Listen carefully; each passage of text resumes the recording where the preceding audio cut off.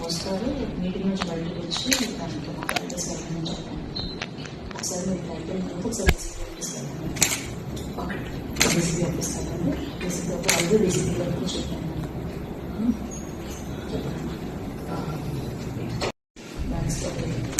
DCP యాక్చువల్గా meeting నుంచి చెప్పారు. వస్తారు మీటింగ్ నుంచి బయటకు వచ్చి దానికి మా ప్రైవేట్ సెలవు చెప్పండి. ఒకసారి మీరు అయిపోయిన ఒకసారి డీసీపీ పంపిస్తానండి. డీసీపీ అప్పుడు డీసీపీ వరకు చెప్పాను.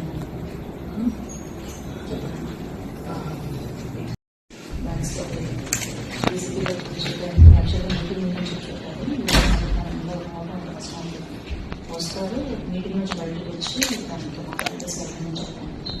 ఒకసారి మీరు అయిపోయిన ఒకసారి డీసీపీ పంపిస్తానండి.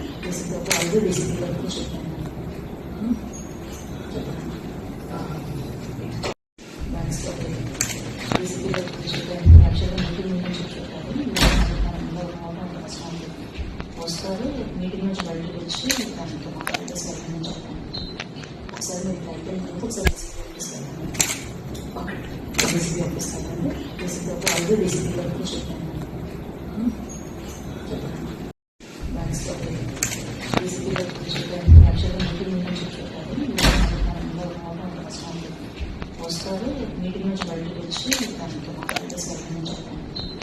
ఒకసారి మీరు అయిపోయిన ఒకసారి డీసీపీ పంపిస్తానండి. డీసీపీ అప్పుడు డీసీపీ వరకు చెప్పాను.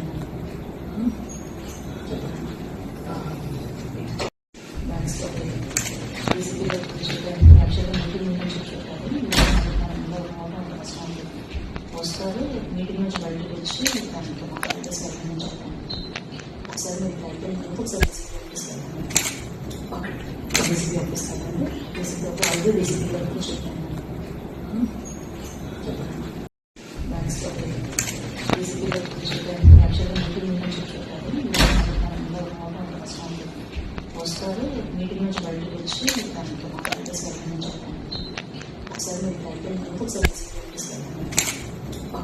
డీసీపీ పంపిస్తానండి. డీసీపీ అప్పుడు డీసీపీ వరకు చెప్పాను.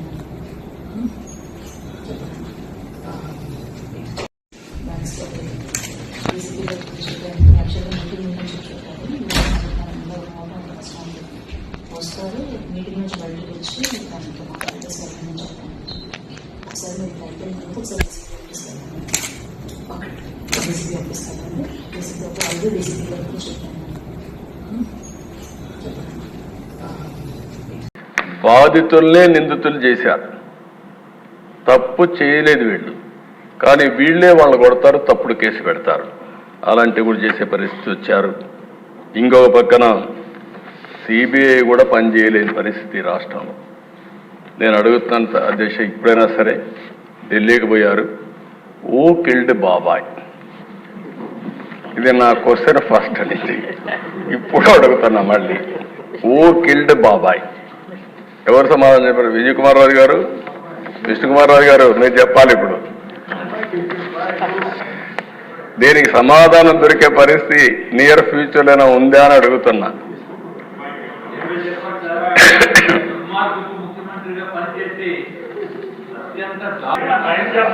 మెంబర్స్ అందరూ కూడా దేశ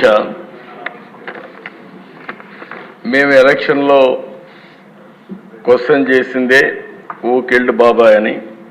ఇంకా జవాబు రాలేదు.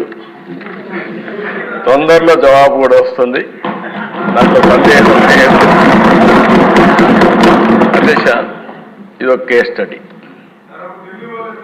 నేను 40 ఏళ్ళు రాజకీయాల్లో ఉన్నా, 14 ఏళ్ళు సీఎంగా ఉన్నా. నేను చాలామంది ముఖ్యమంత్రులను చూసా.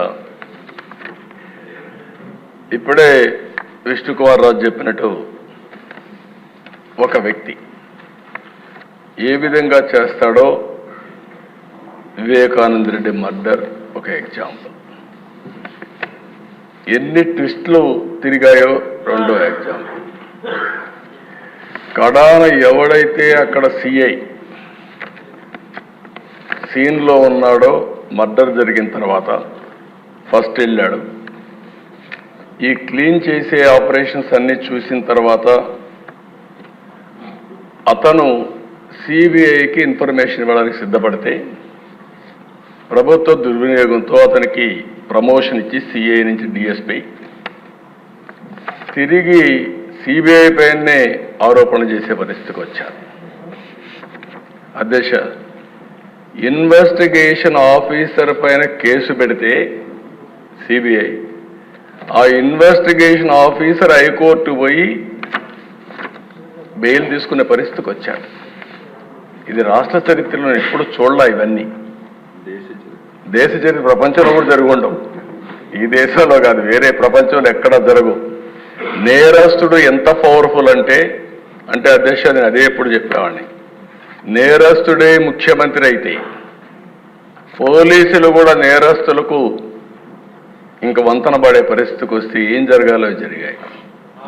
అధ్యక్ష, సిబిఐ లాంటి సంస్థ వివేకానంద రెడ్డి మర్డర్లో ఉండే నిందితుడిని అరెస్ట్ చేయడానికి పోయి మేము అరెస్ట్ చేయలేమని తిరిగి వచ్చారంటే కానీ ఇమేజిన్ అధ్యక్ష.